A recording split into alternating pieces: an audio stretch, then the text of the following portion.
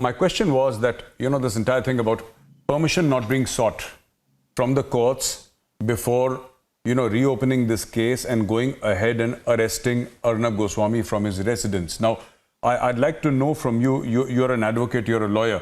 So, what is the legality of this entire case then? If prima facie, the permission of the court has not been taken to reopen the case, because apparently it should have been taken.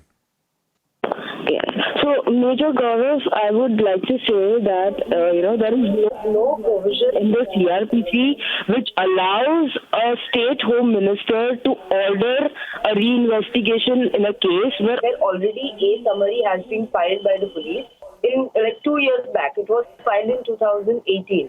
A summary is where a magistrate classifies a case as true, but it is undetected. And, the accused or the property or anyone, they are not sent to the trial. There is nothing which can be sent to the trial because they have not found any evidences linking the two things. Also, in many cases in the High Court precedents, set precedents, it is said that merely naming someone in the suicide note does not amount to abetment on that person. So just if I name someone in my suicide note without cogent material, that person cannot be told to be abetting me for suicide. So yes, because this was a sessions court and the court also observed that the prior permission from the court was not taken before reopening this case.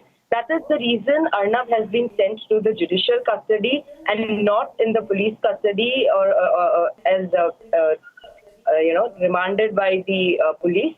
But today in the High Court, I am sure that Honorable High Court will grant bail to Arnab because whatever has happened is illegal and immoral and unconstitutional. Absolutely, absolutely it is, and we agree with you.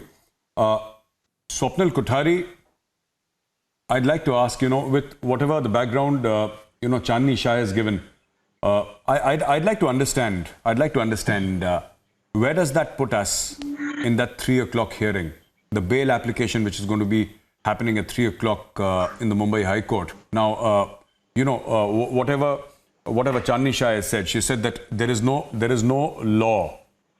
There is no law, Indian law, which says that a state minister can reopen a case that is already shut. Now, it requires certain permissions. How is it going to adversely impact the argument of the Maharashtra government and the Mumbai police? And also, very importantly, what can they do in future? Because they've obviously done it with malified intent. What can they do in future? Well, Major, I've been practicing law since 26 years now in India, New York and London previously, and now in India since about 20 years. And I can tell you something, that when you have observations of this nature from the Chief Judicial Magistrate, especially the first observation, which is very key and which you're showing now on your screens, that no change showing nexus between suicide and role of the accused. And the second one is that it was reopened without the consent from the court because it was a court-closed case, which was closed with the consent of the court and by the police together. And then the third one, especially when the police custody was denied, simply because there is nothing to derive from Arnab.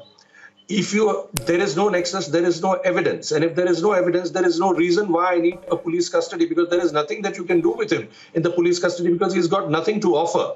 So when you have these three observations, they are simply paving the way for the bail. I'm a little surprised that why the magistrate herself did not grant him the bail yesterday itself, and maybe today morning, if it's there before the High Court, before 3 p.m., that's a different thing. But if it's there right now in the next 1 hour or two, then I think she can also avoid, any stress that Arnab may face by going to the High Court, or his lawyers will go, rather than she herself can grant bail. Because if these reasoning itself is very clear to give a person bail, because why do you give, or let me put it negatively, why do you not give a person bail?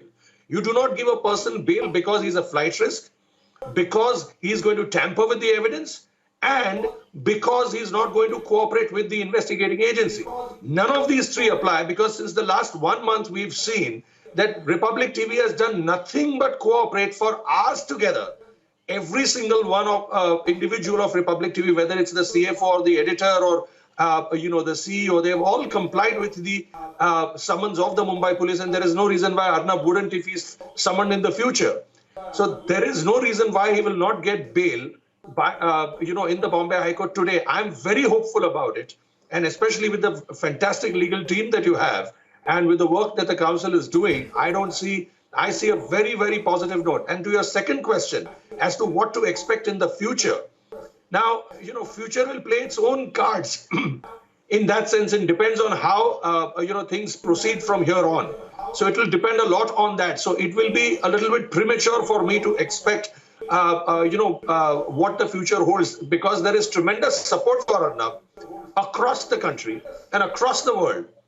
So that itself can preponderate over a lot of things within this city in many ways. So the thing is that we do not know what the future holds, except that I can say that the future holds very bright for Arnab and Republic TV, given the massive support that he has got and the people who are there to support him day in, day out. And, you've seen it yesterday, in fact, your community as well. I was super impressed with your community coming out and, especially in the form of Major G.D. Bakshi, who was doing a wonderful job. So, it's great to see that fire still alive, even in the veterans. And that, in fact, gives us a lot of more impetus to the younger ones, especially to lawyers, much younger to the veterans in that sense, to pursue our goals with ambition and without fear. No, absolutely, absolutely. Thank you, Chandni Shah and Swapnil Kothari.